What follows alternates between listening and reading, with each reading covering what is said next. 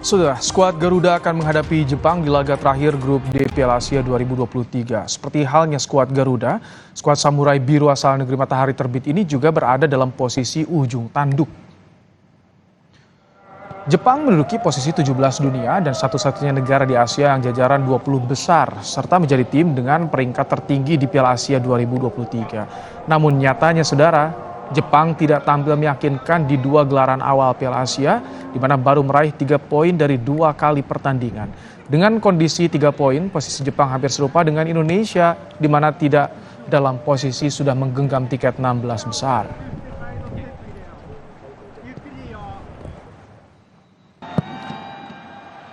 Penampilan Jepang di Piala Asia kali ini sedikit di luar dugaan. Saat melawan Vietnam di laga perdana, Jepang harus kebobolan 2 gol meski menang 4-2.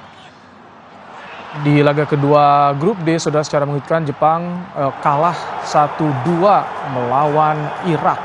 Grafik penampilan Jepang yang menurun ini berbanding terbalik dengan penampilan timnas yang cenderung meningkat.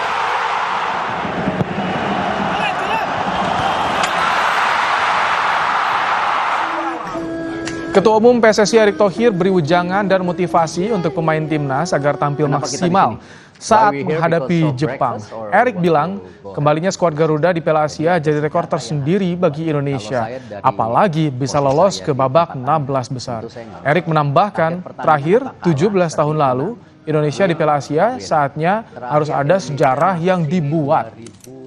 Kalau tidak salah. Jadi hampir 16. Jadi ada sejarah yang harus dibuat. Kalau saya dari posisi saya di tempat Anda, tentu saya nggak mau sia-siakan. Target pertandingan apa? Kalah, seri, menang, win, win. Terakhir Indonesia masuk sini 2007 kalau tidak salah. Jadi hampir 16-17 tahun yang lalu. Pasti ingin yang terbaik. Tapi stay humble. Selain lewat juara dan runner-up grup, peluang lolos ke babak 16 besar juga bisa didapat sebagai peringkat ketiga terbaik. Namun hanya 4 tim teratas saja, saudara. Untuk saat ini Indonesia masuk di dalamnya. Pertandingan lawan Jepang, Indonesia harus menang minimal seri untuk bisa mengunci tiket 16 besar. Jika kalah maka tergantung pertandingan Bahrain juga Oman. Jelang pertandingan timnas lawan Jepang, kita akan bergabung bersama wartawan harian Kompas langsung dari Doha, Qatar, Iksan Mahar. Selamat petang waktu Indonesia, Mas Iksan. Halo, selamat siang waktu Doha, Mas. Baik, Mas Iksan, bisa diceritakan kepada kami, ini 2 jam setengah jelang pertandingan, bagaimana sih antusias warga di sana, WNI terutama jelang mendukung timnas malam nanti? Ya, kalau untuk antusiasme itu sangat luar biasa ya. Seperti kita tahu, kemarin setelah kita menang lawan Vietnam tuh ada after party yang dilakukan oleh diaspora Indonesia di sini. Setelah dari stadion mereka sama-sama menuju ke Sofakif, itu tempat berkumpulnya fans. Di situ tempat yang sangat ikonik lah di Doha. Mereka sempat berpesta lah, makan-makan di sana sambil menyanyikan Yaya Indonesia. Dan setelah itu mereka juga sudah fokus untuk memberi dukungan untuk pertandingan hari ini. Cuma masalahnya hari ini tuh adalah hari kerja di waktu juga yang sama, pertandingan ketika mulai, anak-anak sekolah juga masih sekolah. Tapi saya mendengar dari beberapa diaspora kita, mereka bahkan sudah minta izin untuk pulang lebih cepat, bahkan ada yang cuti dari sekolah dan dari kantornya untuk bisa mendukung timnas hari ini. Karena kebetulan sudah ada 1.100 tiket yang sudah diberikan oleh panitia lokal. Ini namanya tiket sukron atau tiket gratis yang diberikan untuk diaspora Indonesia untuk mendukung. Dan sejauh ini antusiasme tiket itu sangat luar biasa dan sudah dipastikan juga tiket itu sudah ludes dipesan oleh seluruh diaspora Indonesia yang akan mendukung laga timnas nanti. Oke, dukungan dari supporter terjamin pasti ada hadir malam nanti. Lalu bagaimana Mas Iksan soal kans nanti timnas lawan Jepang, terutama untuk cetak sejarah lolos dari fase grup? Oke, secara realistis, kita bicara soal realistis, itu adalah hal yang cukup realistis lah untuk kita gitu kan. Meskipun kita tahu bahwa di turnamen major seperti Piala Asia ini segalapun bisa terjadi gitu kan. Bahkan kekalahan Irak atas Jepang itu selalu menjadi pembahasan di seluruh press conference jelang laga di semua pertandingan.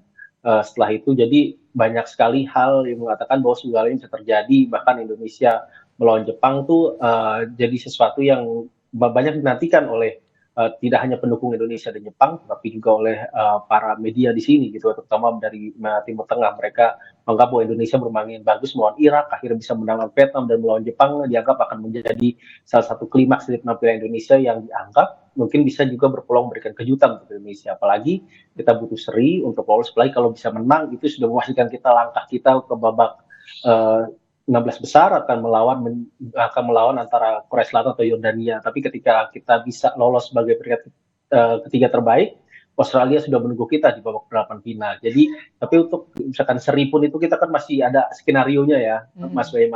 Kita harus menunggu laga Oman Kirgistan, kita juga harus menunggu laga Bahrain melawan Yordan. Jadi seri itu masih membuat kita agak sedikit deg-degan gitu kan. Tapi kalau menang akan membuat kita lebih tersenyum lah menatap nanti lolos ke babak 16 besar dan menciptakan sejarah baru.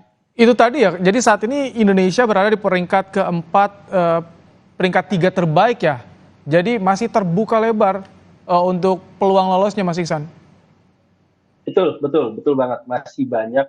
Sebenarnya kan kami di sini termasuk official timnas juga kemarin itu kita menanti bahwa setidaknya laga Suriah India ataupun laga Palestina melawan Hong Kong tuh dua-duanya berakhir imbang lah, atau salah satunya berakhir imbang. Tapi kan ternyata dalam penyataannya Suriah menang atas India, Palestina pun menang lawan Hong Kong. Mereka berdua mencetak kemenangan perdana di Piala Asia dalam partisipasi mereka, dan akhirnya pertama kali juga lolos ke fase gugur Piala Asia. Akhirnya kita harus menentukan takdir kita sendiri pada pertandingan hari ini gitu kan, dan ya seri ataupun apalagi menang itu akan memastikan langkah kita gitu. Kalau hitung-hitungannya dalam berbagai turnamen major seperti di Piala Eropa, seperti juga di Piala Dunia tingkatan umur, dengan adanya perlakuan peringkat ketiga terbaik, 4 poin sewajarnya adalah poin yang cukup aman sebenarnya untuk lolos gitu kan. Tapi karena melihat juga persaingan di Piala Asia ini sangat dekat sekali, sangat mepet sekali kualitas tim, dan gap tim juga nggak terlalu jauh. Jadi 4 poin kita masih perlu menunggu 2 laga penentuan besok gitu, Mas. Yang disiapkan Sintayong apa jelang pertandingan lawan Jepang? Ini peringkat sangat jauh di FIFA-nya. Betul.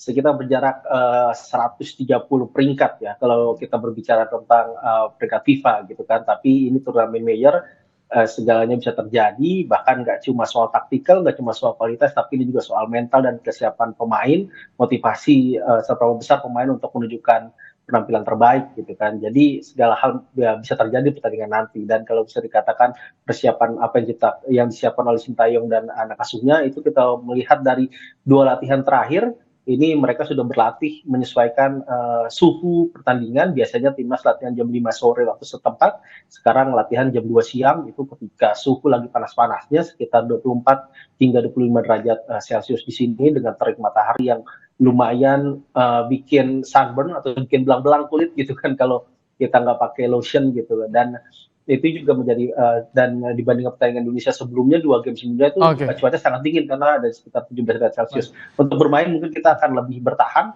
formasi 3-4-3 seperti 2 game sebelumnya tetap sama dan bertahan dengan 5 back, itu akan tetap diterapkan, Sin. Mas Iksan, terakhir singkat saja, jadi baik Jepang juga Indonesia ini dua-duanya buta terhadap permainan masing-masing atau bagaimana? Betul. Aku bertemu dengan beberapa wartawan Jepang dari 5 media Jepang berbeda. Mereka bertanya seperti apa kekuatan Indonesia, siapa pemain Indonesia yang paling baik gitu kan. Mereka sama sekali buta dengan kekuatan Indonesia, bahkan mereka hanya tahu Coach Sintayong gitu kan. Jadi ini yang membuat pertandingan nanti akan menarik. Aku bilang kepada mereka bahwa ini pertandingan nanti akan menarik. Kalian memang lebih unggul di peringkat kedua, tapi segalanya bisa tetap terjadi di Asia. Oke, terima kasih Iksan Mahar untuk laporan Anda langsung dari Doha, Qatar, wartawan harian Kompas. Terima kasih Iksan. Usai jeda saudara, di hadapan Prabowo Subianto, Jokowi menyatakan Presiden boleh memihak di Pilpres 2024. Sikap Presiden ini disorot, mengingat putra sulungnya Gibran Raka Buming Raka merupakan cawapres yang ikut berkontestasi.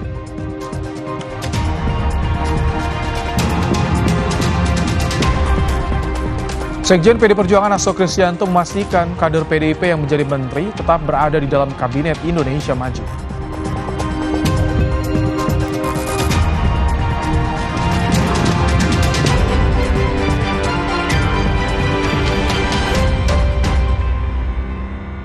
This is my way.